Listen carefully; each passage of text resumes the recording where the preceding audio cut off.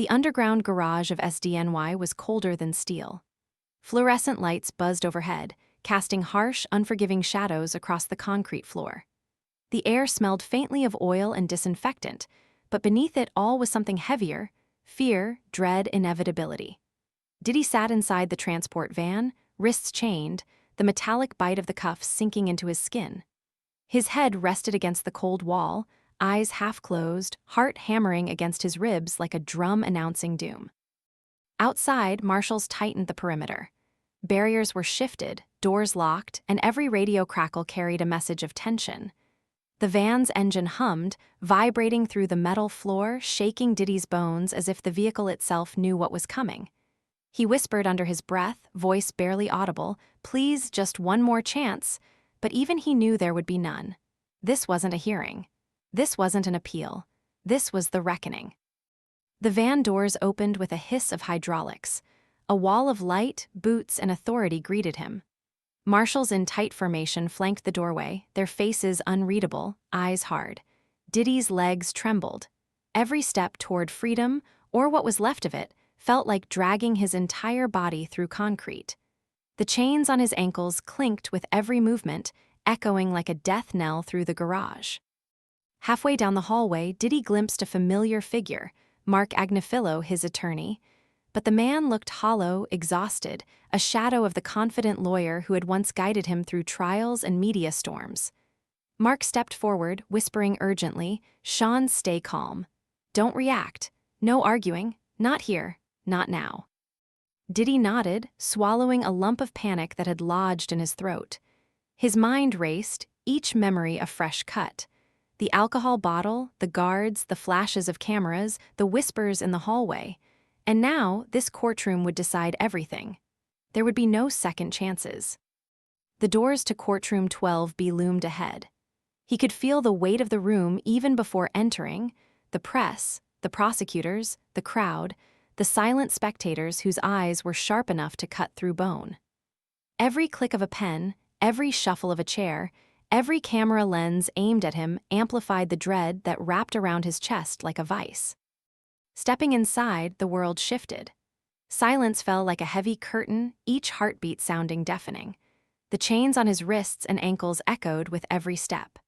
Across the room, the prosecution team waited, composed, cold, ready. On their table, meticulously arranged, were the instruments of Diddy's downfall: incident reports, logs, and the sealed evidence bag with the alcohol bottle, small but monumental, glittering like a beacon of his failure. Mark placed a trembling hand on his shoulder. "You're going to hear things that will hurt. Stay standing." Diddy nodded, though his legs threatened mutiny. His eyes swept the courtroom, catching the gleam of reporters' lenses, the unreadable masks of spectators, the calm, calculating focus of the prosecutors. Every face seemed to judge, every eye waited. And then the door opened. Judge Aaron Subramanian entered, robe flowing, the embodiment of authority. Even the prosecutors straightened instinctively. Diddy froze. This was the same man who had once shown restraint, who had handed down a lenient sentence only weeks ago, but the look in his eyes now was different.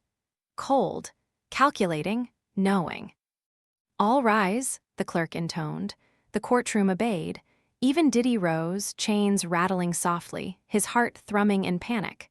The judge seated himself, opening the file with deliberate gravity. Page after page detailed Diddy's violation: the alcohol, the logs, the inconsistencies. The room seemed to hold its breath. The prosecutor stood. "Your Honor, at 2:17 a.m., a prohibited alcohol bottle was discovered under the defendant's pillow. This constitutes severe misconduct and a violation of federal rules." She lifted the sealed evidence bag, the small bottle mocking Diddy under the bright lights. Mark rose quickly, desperation in his voice. "Your Honor, the footage is unclear. There are gaps in logs, my client." "Your client was found in possession," the judge interrupted sharply, hand raised like a sword. "Possession is all that matters. Counsel, sit." Diddy's world constricted. His chest tightened. His stomach flipped. The courtroom, for a moment, became a furnace, every eye focused on him, every breath heavy, every movement magnified. He wanted to speak, to explain, to beg, but the weight of the law, of authority, of fate pressed down. He had no words left. And then a quiet shuffle from the back row. Cassie entered. Her presence was a shock, a ghost from another life. Diddy's gaze locked on her, heart skipping in disbelief and fear. She didn't look triumphant or angry. She looked broken, sad, silent witness to the collapse of a man she once knew. The air thickened. The tension multiplied. The judge lifted his eyes to Diddy, voice cutting through the thick silence. "Mr. Kamez, we are here because of an incident that should never have occurred." Diddy's throat closed. He tried to swallow, tried to speak. Nothing emerged. The chains on his wrists seemed to tighten, echoing the tightening of his fate. The courtroom was still, the silence so absolute it was almost physical. Mark whispered, "Sean, hold on." But Diddy could barely hear him over the storm inside his own mind. The judge's hand rested on the file. The weight of his gaze, the cold finality of his presence, pressed down harder than steel. "Play the footage," he commanded. The room dimmed, and the flickering grainy images revealed the act that would seal Diddy's fate. The shadow, the pillow, the discovery. Even in low resolution, even in fragments, the message was clear. Diddy had violated trust. Diddy had defied rules, and for the court, that defiance was inexcusable. From the back row, Cassie's hand covered her mouth. Diddy's legs shook. His throat constricted. Every inch of him trembled. And the judge leaned forward, calm, cold, absolute. "This court recognizes the severity of this violation. We will now determine the appropriate consequence." Diddy's world tilted. The storm was just beginning. The courtroom seemed to shrink around Diddy. Every chair, every pen, every pair of eyes became an instrument of judgment. He could feel them weighing his every tremor, his every gulp of air, his every flinch at the flickering projector light. His chains rattled faintly, an echo of his own inner panic. Mark Agnifilo leaned in, whispering, voice strained, "Sean, stay calm. You can't let them see you break." But Diddy's heart wasn't listening. Each beat was a hammer, pounding out fear, regret, and hopelessness. The prosecutor rose again, placing her palms flat on the table. "Your Honor," she said, voice sharp, slicing through the tension, "the defendant's actions demonstrate not mere misconduct, but a deliberate, conscious violation of federal rules. The alcohol found under Mr. Kamez's pillow is not just contraband, it is a symbol of defiance, of disrespect for this institution. We ask that the court impose the maximum penalty available." Diddy's breath caught. Maximum penalty. He had imagined a harsher sentence, yes, a few extra months, maybe a year or two added, but maximum? His chest tightened, a vice squeezing the air from his lungs. Mark's face paled, eyes darting to the judge, silently pleading. Judge Subramanian remained still, silent, unreadable, but the courtroom felt the weight of his consideration. He adjusted his glasses, flipped a page, and finally spoke. "Mr. Kamez, the court is fully aware of your history, your previous sentencing, and the leniency this court has afforded you. That leniency was granted in good faith. And yet, within weeks, you violate the trust of this institution. You place contraband in your personal area, and when confronted, you offer no explanation." Diddy swallowed hard, throat dry. His lips quivered, forming words that never came. He tried to lift his head, to look at Mark, to find even a flicker of hope, but all he saw was solemnity. "This court," the judge continued, "cannot ignore what your actions represent. They are not a lapse in judgment. They are not youthful folly. They are deliberate, knowing, and blatant violations of federal custody.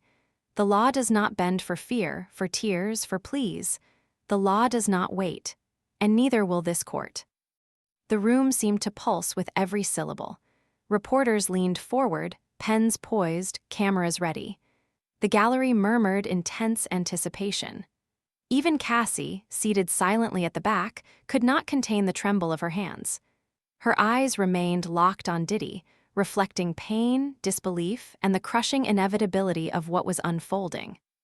Mark rose again, desperation sharpening his voice. "Your Honor, I implore you. My client is under emotional distress. He is."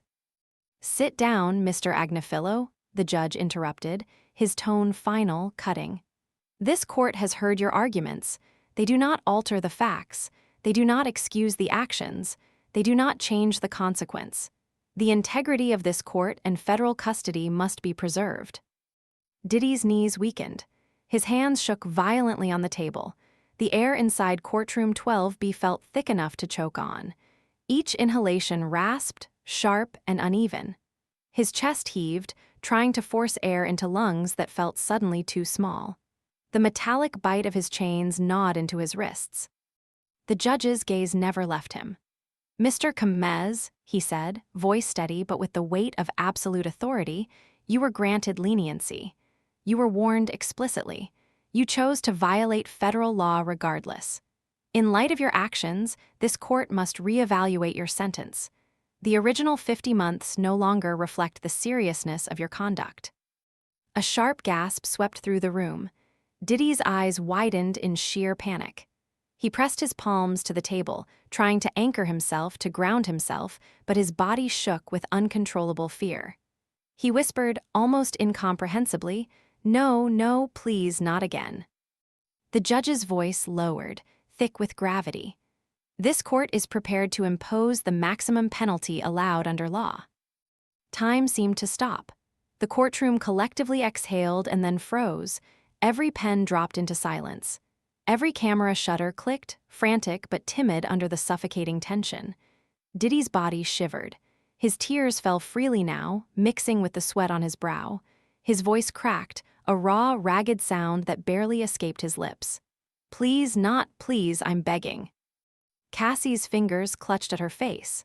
Her eyes brimmed with tears she could not contain. Her chest heaved silently, witnessing the man she had once loved unravel entirely in front of the world. Mark tried one last time, his voice trembling. "Your Honor, there must be a way, reconsider, please." The judge raised a hand. One single gesture, absolute, final. "Silence, this court has made its determination." Diddy's heart stopped. His body collapsed forward slightly. His sobs grew louder, breaking the fragile shell of control he had clung to. Judge Subramanian continued, voice colder than ice. "Mr. Kamez, in light of your actions, your original sentence of 50 months is hereby vacated. This court imposes the maximum sentence permissible, life imprisonment." The room erupted. Pens flew, cameras snapped, gasps rang out. Diddy's sobs transformed into a guttural scream, a mixture of terror, despair, and disbelief. He slid from his chair, hitting the floor, his chains rattling against concrete. His hands clawed at the table, at the floor, at anything to stop the inexorable tide of reality. "Please, no, no, not please." Marshals rushed forward, gripping his arms, struggling to lift a man broken in body and spirit.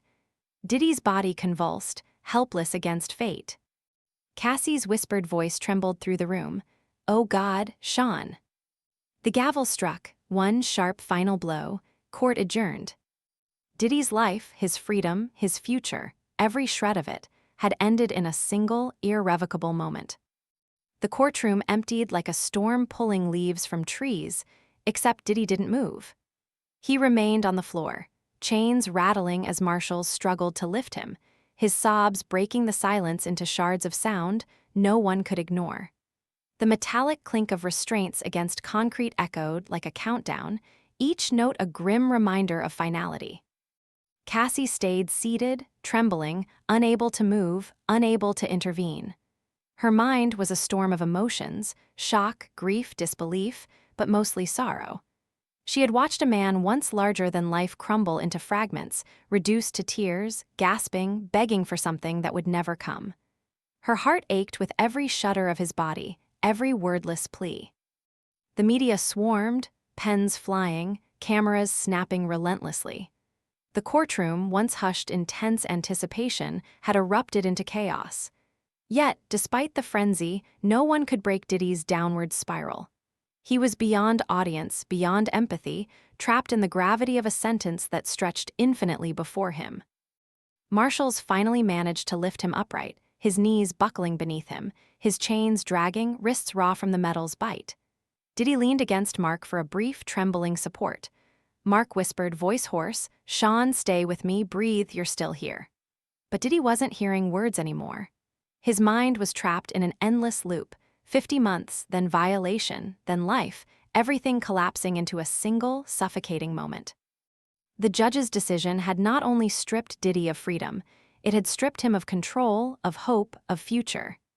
Each second felt like a hammer, pounding relentlessly. He tried to form sentences, tried to plead, tried to grasp at mercy, but words refused to form. His lips quivered, forming silent screams, helpless against the enormity of the verdict. Outside the courtroom, reporters clamored, live cameras broadcasting every moment. The phrase life imprisonment echoed across news feeds, social media timelines, and rolling broadcasts. Clips of Diddy's collapse went viral almost immediately, replayed countless times, the world watching a man unravel before their eyes. The story was no longer about violation. It was about the human cost, the crushing weight of consequences, the fragility of chance.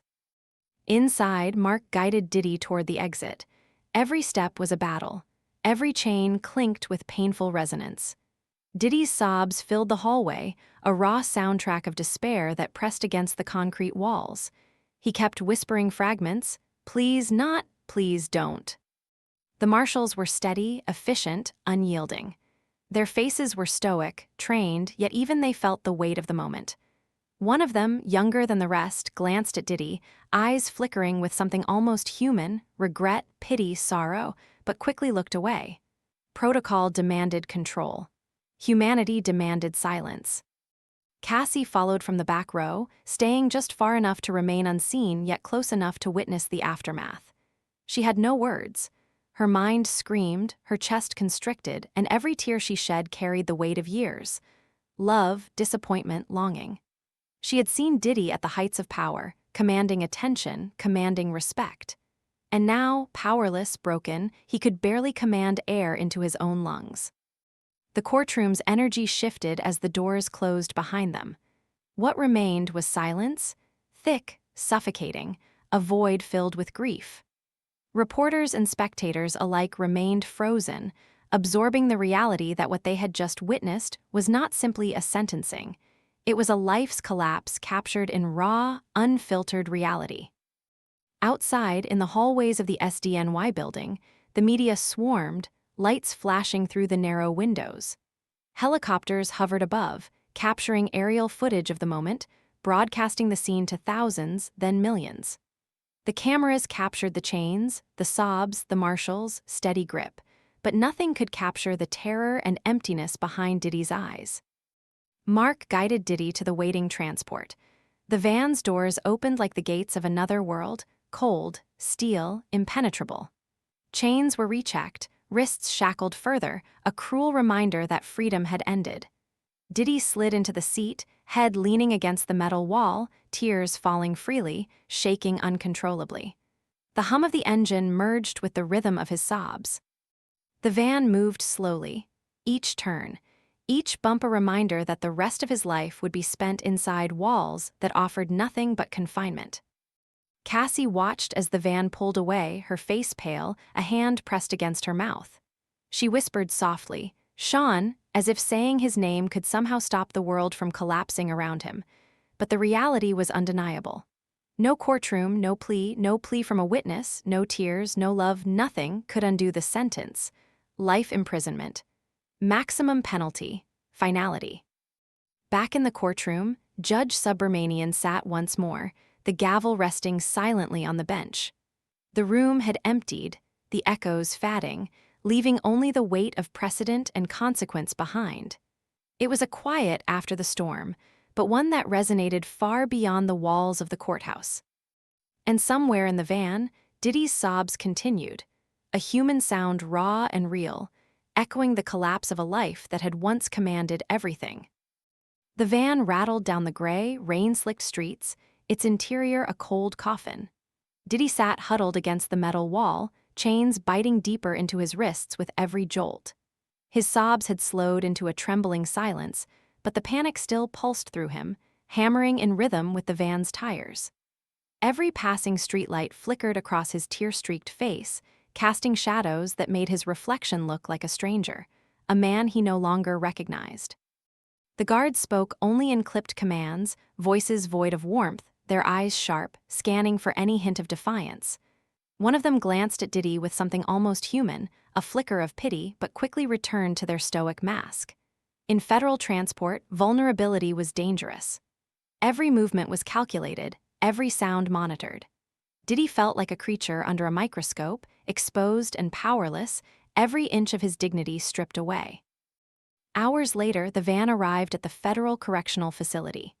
The building rose like a fortress, gray and merciless against the overcast sky. Heavy gates clanged open, and the van entered a narrow yard where other prisoners moved like shadows, some idle, some packing, some watching. Eyes followed Diddy immediately.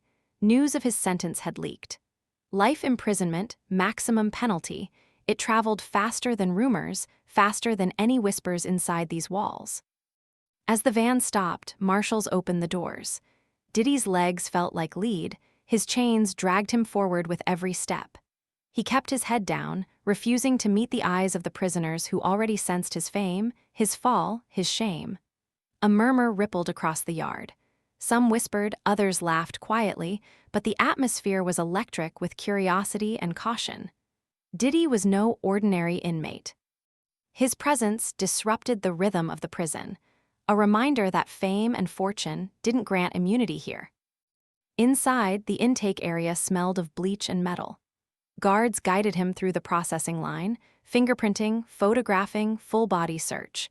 Each step was mechanical, dehumanizing, a routine designed to strip identity. Diddy's chest tightened with every instruction, his throat dry, his mind spinning with disbelief. He whispered to Mark, still at his side, I can't believe it, life," but Mark said nothing. Words were meaningless now. Then came the cell assignment. Diddy was led down dimly lit corridors, walls lined with steel doors, each with a small window and a slot for passing trays. He saw men behind the bars, faces hardened, eyes wary, some curious, some indifferent. The air smelled of sweat, despair, and institutional order. Every step made his stomach churn. He could hear the soft, rhythmic clanging of metal on metal, the distant shouts of inmates asserting dominance, the low hum of security cameras above. Finally, they stopped in front of a door. The guard turned to Diddy. "This is your cell. Inside, chains stay off only under supervision. Follow rules. Any misstep, consequences are immediate." Diddy nodded weakly, but the words barely registered. His hands were still shackled, the metal burned against his skin. The door slid open with a metallic screech. Inside, the cell was small, bare concrete walls, a narrow cot, a stainless steel toilet, and a sink. A single fluorescent light flickered overhead, humming like a nervous heartbeat. As Diddy stepped inside, the door clanged shut behind him, and he felt the weight of absolute confinement press against his chest. He sat on the cot, chains still shackled to a floor anchor, head in his hands. Every muscle trembled. Every thought spun. Life imprisonment wasn't a word anymore. It was a living, breathing cage around him. The first night was unbearable. Sleep refused him. Every sound, the metallic clang of a distant cell door, the cough of an inmate, the shuffle of guards, jerked him awake. His mind replayed the courtroom, Cassie's tears, the judge's gavel over and over. The reality was inescapable. There was no appeal, no leniency, no stage to command, no crowd to cheer or pity. Just steel, concrete, chains, and the echo of his own despair. In the days that followed, the other inmates began to take notice. Some approached cautiously, curious about the man who had fallen from such heights. Others kept their distance, wary of the attention he drew. Diddy tried to shrink into himself, tried to vanish into the corners of the cell, but fame had a weight that even prison walls couldn't ignore.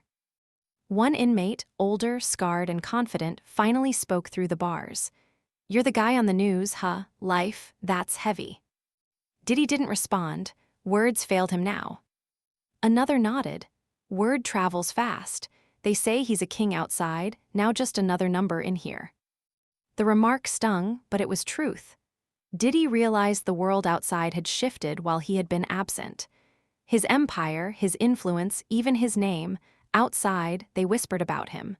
Inside, he was just another inmate, just another body in the system, just another cautionary tale.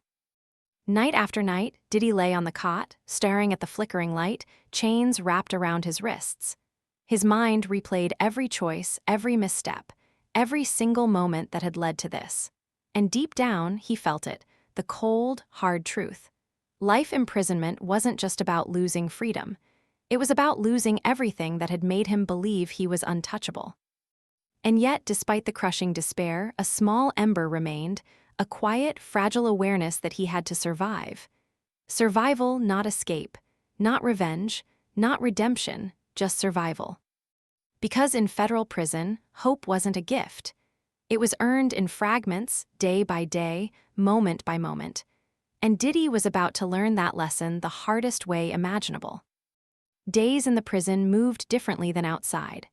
Time wasn't measured by clocks or calendars. It was measured by footsteps, by the echo of guards' boots, by the rise and fall of the fluorescent lights. Every day was a grind, a rhythm of controlled chaos, fear, and survival. Diddy quickly realized that life imprisonment wasn't just an end of freedom.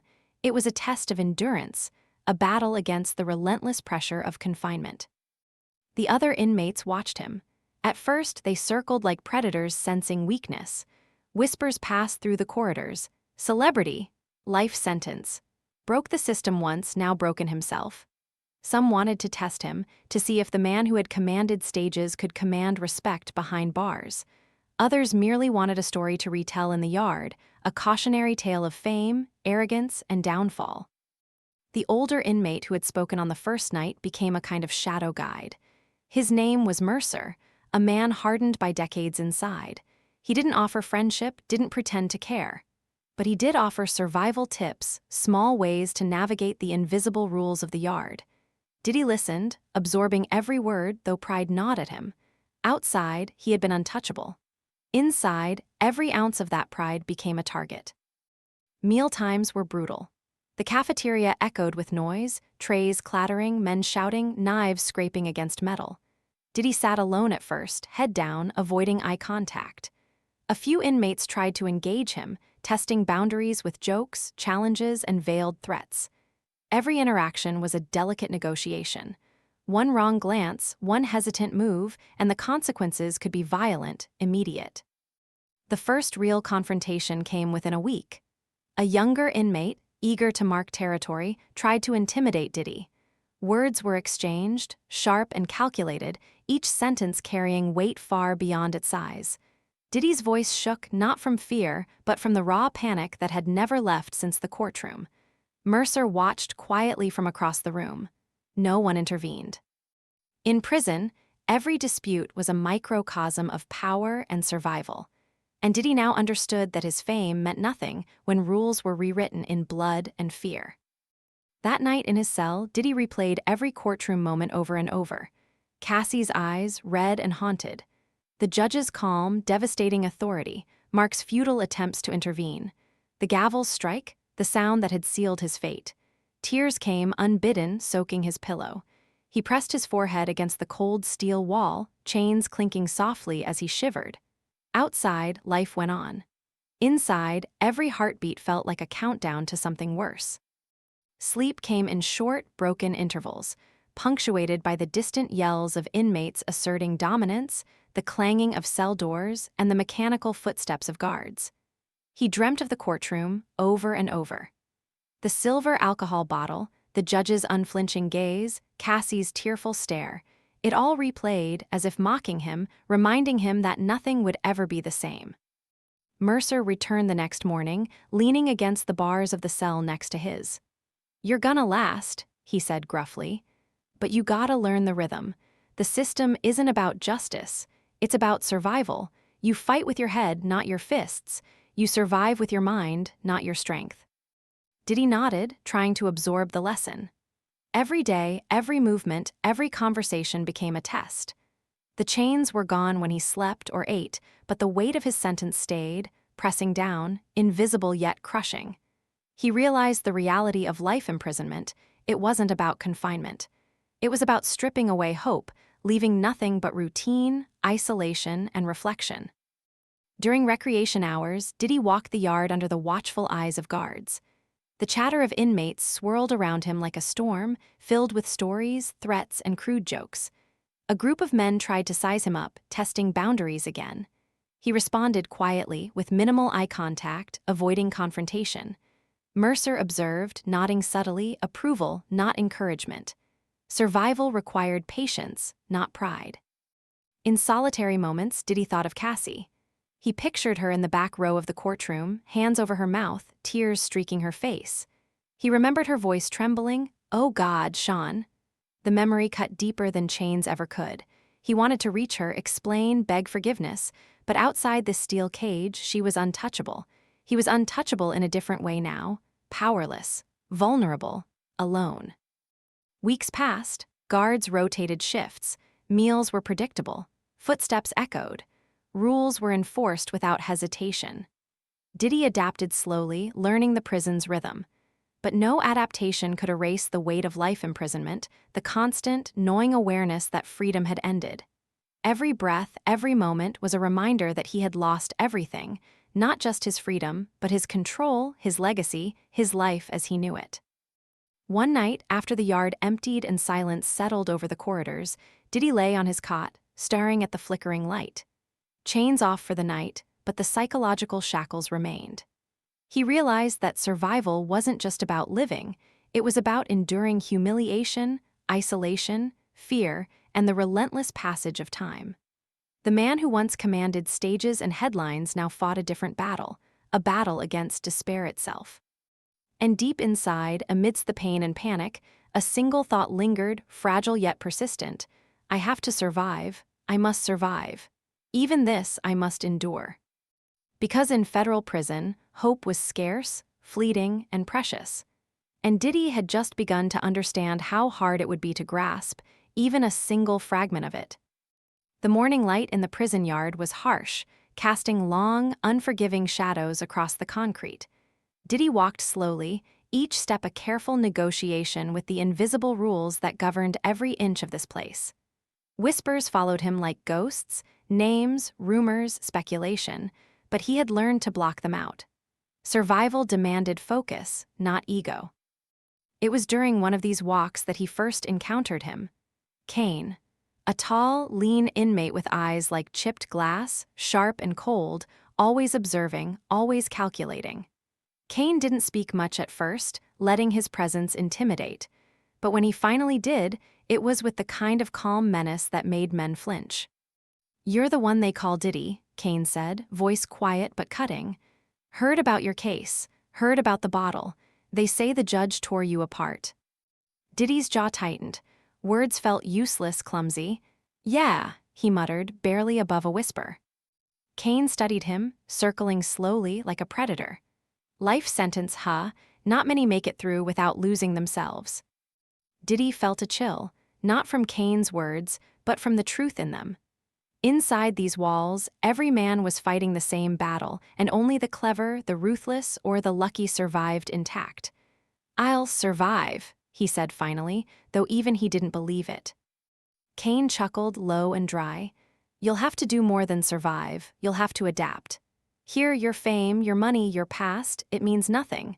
You want respect, you earn it, or you get crushed." Over the next days, Kane became an unavoidable figure in Diddy's life.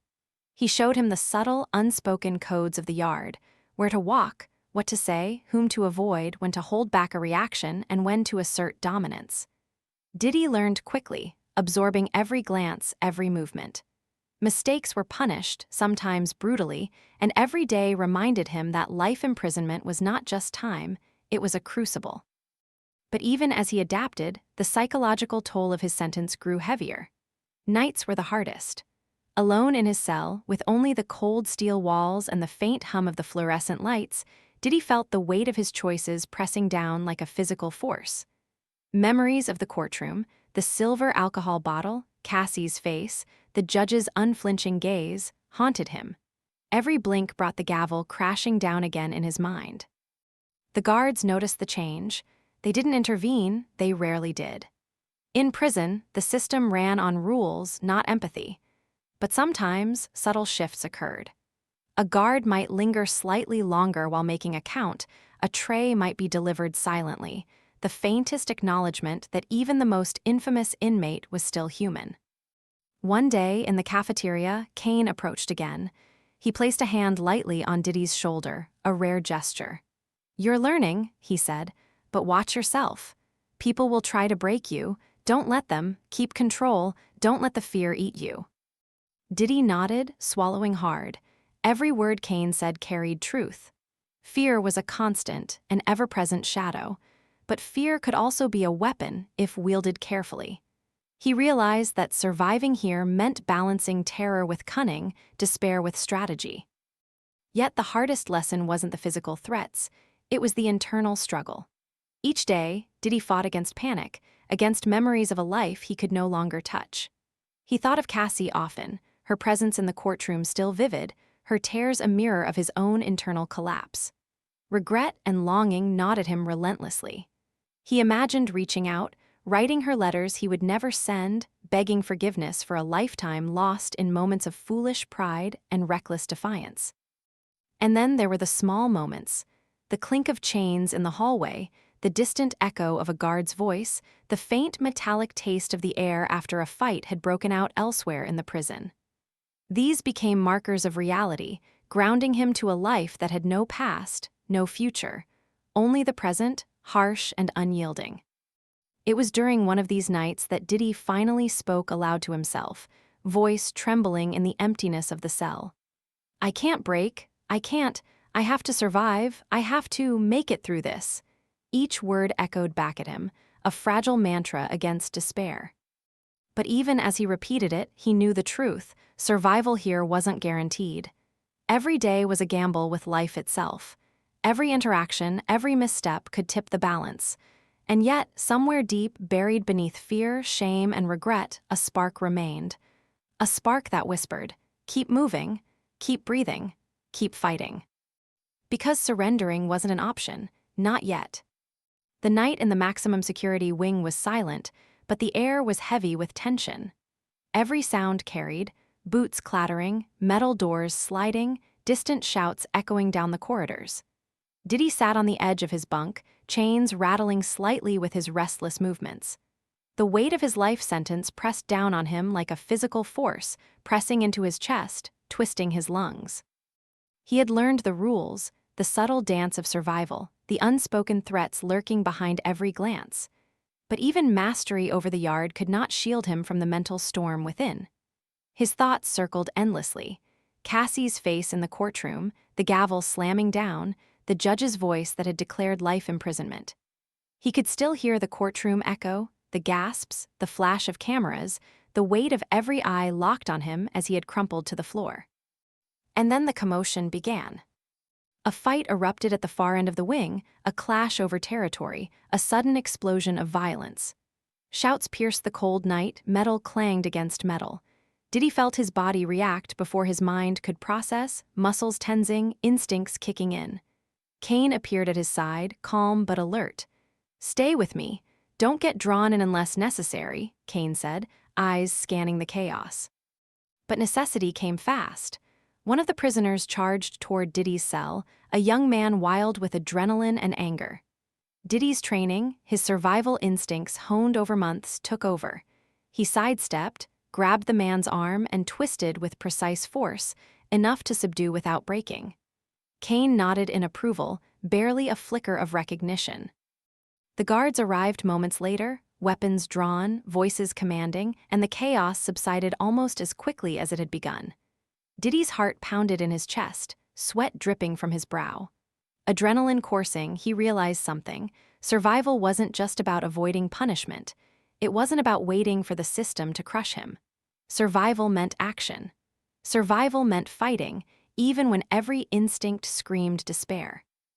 Back in his cell, the adrenaline slowly faded, leaving behind the heavy, gnawing weight of reality. Life imprisonment was absolute. There was no parole, no hope in the conventional sense. But Diddy had learned something critical. Life here could be endured, controlled, and survived if he mastered himself before anyone else. The next weeks blurred into a rhythm of strict vigilance, quiet adaptation, and observation. He watched the guards, watched the inmates, learned the hidden currents of power that flowed through the walls. Every day was a negotiation of presence, silence, and subtlety. Every night was a battle with his own mind, replaying failures, rehearsing strength, and whispering promises of endurance. Then came the unexpected moment, Cassie's letter. Smuggled in through a guard he hadn't seen in months, folded neatly, worn at the edges. The handwriting was familiar, the penmanship precise and deliberate. He unfolded it with trembling hands. "Sean, I am not here to watch you fall. I am here to remind you who you are, not the man they sentenced, not the man who made a mistake. The man I saw before all this, the one capable of more than survival, capable of transformation. Keep fighting. One day they will see what I have always known. You are not finished yet." Diddy read the words again and again. Tears blurred the ink. It was a lifeline in the dark, a reminder that even here, even in the depths of despair, connection, hope, and purpose could survive. He folded the letter carefully and tucked it under his pillow. For the first time in weeks, he felt a flicker of clarity, a spark of determination. Life imprisonment was his sentence, yes, but it did not define him entirely. He could endure, he could adapt, and one day he could reclaim the fragments of a life that had been stolen in moments of recklessness. The days passed, each one a test of will. Diddy became a figure of quiet strength among the inmates, respected not for fear, but for calm precision, strategic thinking, and the ability to survive with his mind intact. Kane often watched him, occasionally nodding in acknowledgement. Even the guards began to notice a change. Diddy was no longer a man crumbling under a sentence.